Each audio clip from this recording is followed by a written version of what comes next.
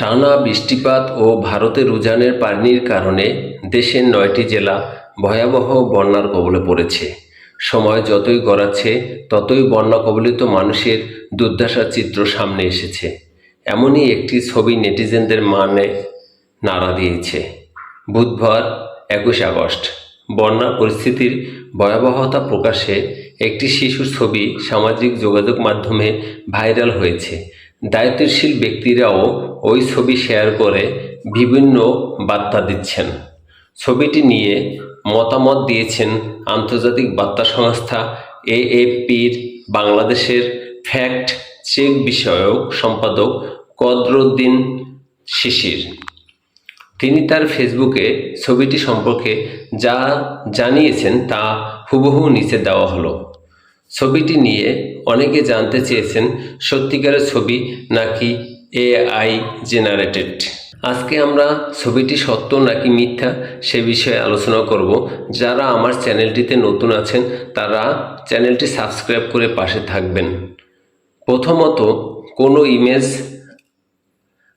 এই জেনারেটেড কিনা তা এখনও কোনো টুল ব্যবহার করে শতভাগ নিশ্চয়তার সাথে বলার সুযোগ নেই।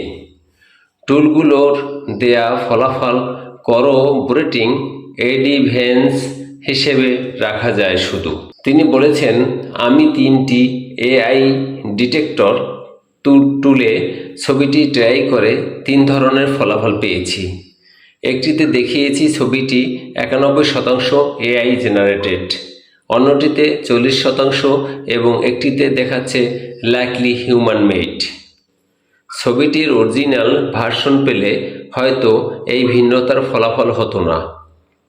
কোনো এআই জেনারেটেড ছবির অরিজিনাল ভার্সন ডিটেক্টর তুলে চেক করলে মোটামুটি সব ক্ষেত্রেই কনক্লুসিভ ফলাফল পাওয়া যায়।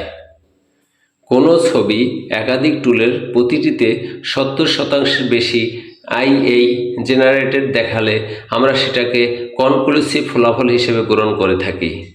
কিন্তু এই ছবির ক্ষেত্রে বোঝাই যাচ্ছে শুধু টুল দিয়ে এআই জেনারেটেড কিনা তা নির্ধারণ করা সম্ভব হচ্ছে না। এখন ভিন্ন কিছু অ্যাঙ্গেল থেকে এটি বিশ্লেষণ করা যেতে পারে। ছবিটি গতকাল থেকে অনলাইনে ছড়িয়েছে। নানানভাবে সার্চ করেও গতকালের আগে এবং সামাজিক মাধ্যমগুলোর বাইরে কোথাও এটি খুঁজে পাওয়া যায় না এবং দেখেই বোঝা যাচ্ছে এটি পেশাদার কোনো ফটোগ্রাফের ক্যামেরার ছবি। যদি ধরে নেওয়া যায় এটি ফেনী নোয়াখালীর অঞ্চলের চলমান বন্যার ছবি, তাহলে এটি অনেক মূল্যবান একটি ছবি হওয়ার কথা। কোনো পেশাদার ফটোগ্রাফার এই ছবি তুললে অবশ্যই ঘটনার গুরুত্ব বিবেচনায় এটি তিনি যে প্রতিষ্ঠানের হয়ে কাজ করেছেন সেটি প্রকাশ করবেন। তিনি ফ্রিল্যান্সার হলে অনেক দামি ছবিটি কোনো সংবাদ মাধ্যমের কাছে বিক্রি করবেন। অর্থাৎ ছবিটি যেভাবে শুধু ফেসবুকে পাওয়া যাচ্ছে তেমনটি হওয়ার কথা না। প্রথমে এটি কোনো সংবাদ মাধ্যম বা এরকম প্রতিষ্ঠানের ওয়েবসাইটে ক্রেডিট ও ক্যাপশন সহ প্রকাশিত হয়ে পরে ফেসবুকে আসার কথা, কিন্তু এই ছবিটির ক্ষেত্রে তা হয়নি। যদি কোনো পেশাদার ফটোগ্রাফার এটি তার সোশ্যাল মিডিয়ায় প্রকাশ করে থাকতেন তাহলে এমন একটি আবেদনময়ী ছবিতে অবশ্যই তার নাম এবং প্রতিষ্ঠানের নাম ওয়াটারমার্ক করে দেওয়াটাই স্বাভাবিক ছিল। ছবিটির কোন ভার্সনে এমনও কিছু দেখা যায় না। শিশুটি ক্যামেরার দিকে যেভাবে তাকাচ্ছে তাতে বোঝা যাচ্ছে ফটোগ্রাফার খুবই কাছে ছিলেন এবং তিনি এই অবস্থায় একাধিক ছবি বা ভিডিও তোলার সুযোগ পাওয়ার কথা। কিন্তু অনলাইনে এই একটি সূত্রহীন ছবি ছাড়া এই ঘটনার আর কোনো অ্যাঙ্গেলের ছবি বা ভিডিও নেই। ছবিতে যেভাবে একটি উন্মুক্ত পানিভর্তি এলাকায় 2-3 বছরের বাচ্চাকে অভিভাবক ছাড়া দেখা যাচ্ছে সেটি অসম্ভব না হলেও খুব স্বাভাবিক নয়।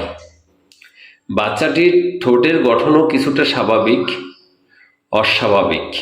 একই সাথে তার চেহারার আতঙ্কের কারণে চোখ ও কপালের একপাশে যে ভাঁজ, প্রকৃত ভাঁজ পড়বে কপালের ঠিক মাঝখান বরাবর পড়েছে, সেটিও স্বাভাবিক এক্সপ্রেশন মনে হচ্ছে না। সব মিলিয়ে বলা যায় ছবিটি সত্য ঘটনার না হয়ে তৈরি করা হওয়ার সম্ভাবনাই বেশি। প্রিয় দর্শক মণ্ডলী, আপাতত বোঝাতে সক্ষম হয়েছি ছবিটা একটা ফেক ছবি। সকলে ভালো থাকবেন, ধন্যবাদ জানিয়ে শেষ করছি। দেখা হবে নতুন কোনো ভিডিওতে।